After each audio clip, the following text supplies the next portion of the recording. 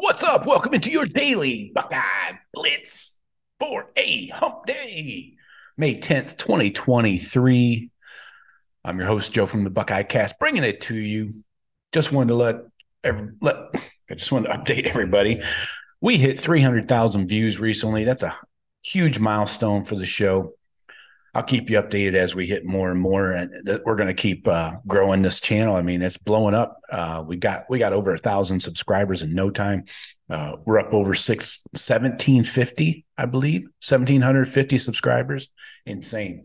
Appreciate every one of you, new people, old people, OGs, those that have been in since day one, and everybody that's hopped in since. Appreciate every one of you equally.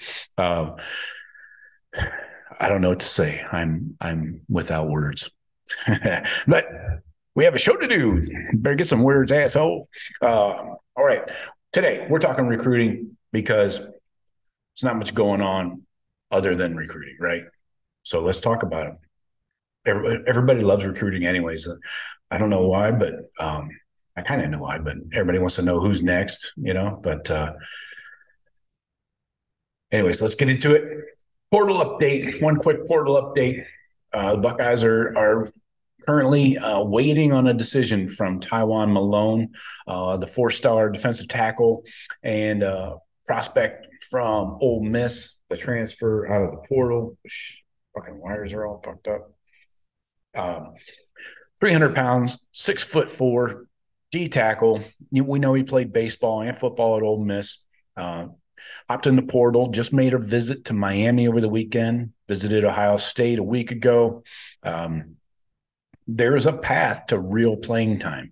And I think that's what makes Ohio State so attractive, especially to a guy that we were leading for at one point in his recruitment out of high school. So he could push for a potential starting job now at that D tackle spot. We don't have a solidified starter right there. I mean, we've got three decent guys, three good guys that have shown flashes and have kind of shared snaps and stuff.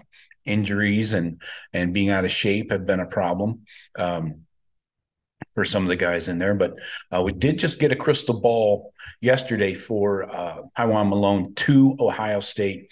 That was from a Inside the U 24/7 staff writer. So a Miami Hurricanes message board person.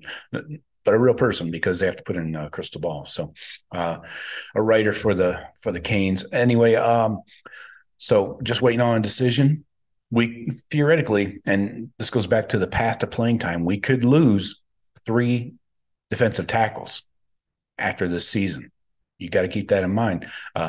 If Tyleek can stay in shape, if Mike Hall can stay healthy, and if Ty Hamilton can make another leap in his production, boom, those guys could be off to the NFL.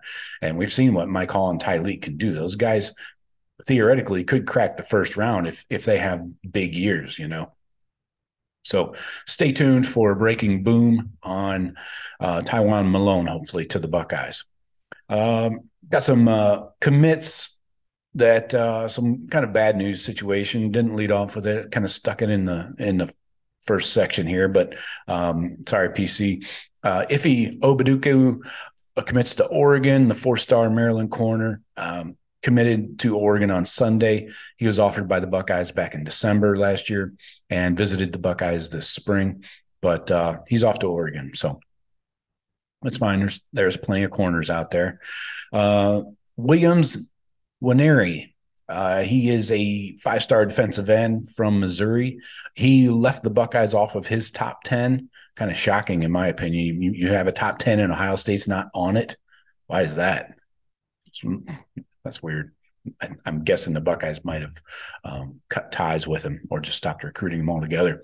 So his top 10 is Missouri, Tennessee, Oregon, Alabama, Georgia, Oklahoma, Arkansas, Ole Miss, Nebraska, and Colorado. Not sure what went wrong there. You're still considering schools like Missouri, Ole Miss, and Nebraska. What the fuck? Anyway, I don't care. Moving on. St. John Bosco, 4-star, and Georgia commit, safety Peyton Woodyard. He has announced upcoming visits to Alabama, Georgia, and Ohio State. like I just said, he's currently committed to Georgia, but taking official visits, so they must be cool with it. Oh, moving on here. We got so many things going on, so many dudes to talk about. 4-star defensive lineman Nigel Smith II. I didn't know he was a second. He announced the top 8, 6'5", 260-pounder out of Melissa, Texas. He's a top 100 guy. 4-star. He's narrowed his list down to 8 schools: Penn State, Ohio State, Oklahoma, Texas A&M, Texas, Rutgers, Georgia, and Arkansas. I can't explain that Rutgers one in there. Keanu must have got his hooks in him or something. I don't know. That's freaking weird, right? Anyway, moving on. Oh, let's talk about Ohio in-state corners. Buckeyes put out an offer to Tehran Nichols. We talked about him last week or a few days ago. I don't remember. It's all a blur. So Buckeyes, we know they're looking for 4 corners in this 2024 class. So they put an offer out to Tehran Nichols. He's from Cincinnati Withrow, 6 foot, 190 pounds, got some poundage on him. Tim Walton has watched him extensively at a camp last week. Ryan Day just saw him at the Under Armour camp this past Sunday. And Tim Walton's been in regular contact with him for most of a year. And he's made repeated visits to campus, came up to Cincinnati, made the drive up and visited campus. So Ohio State now has offered 3 in-state 2024 corners. You got Nichols, Aaron Scott, and Bryce West. All right.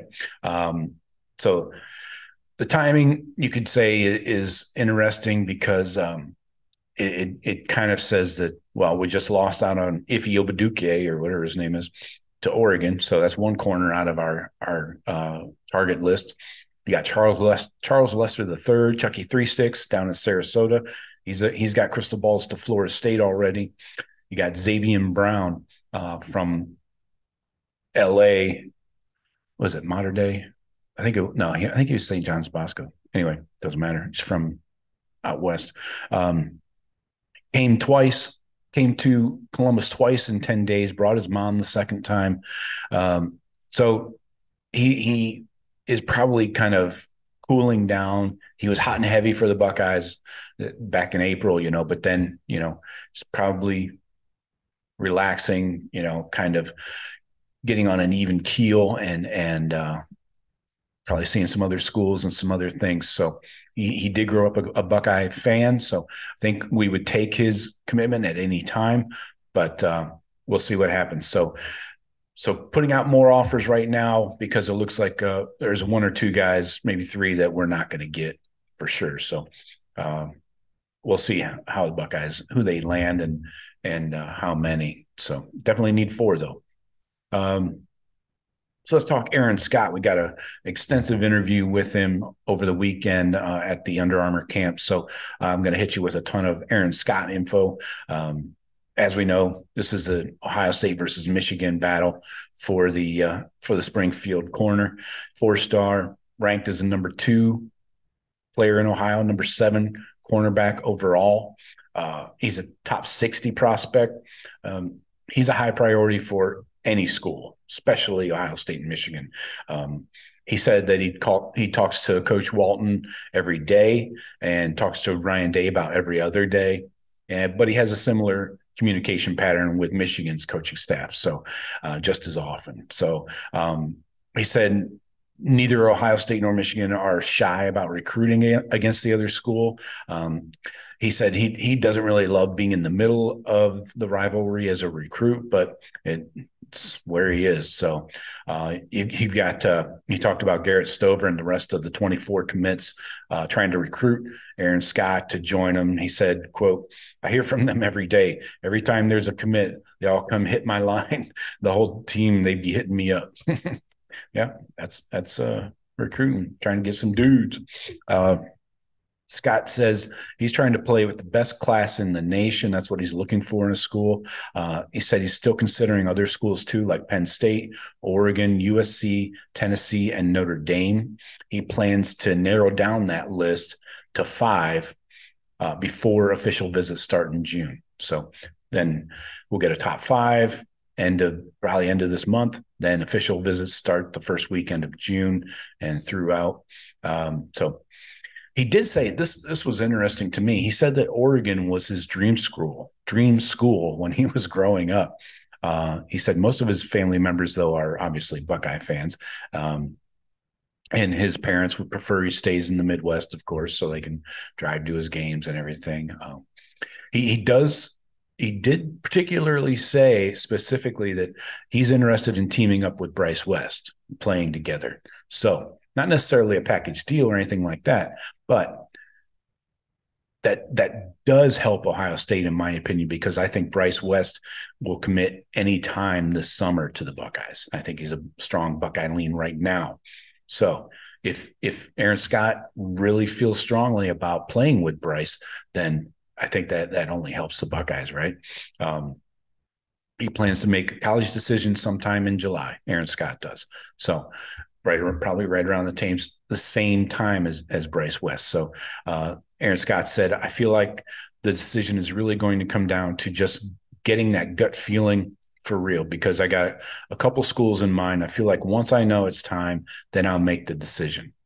So one of the key factors, like you said, the gut feeling, but also can he see himself winning a championship at the school he chooses?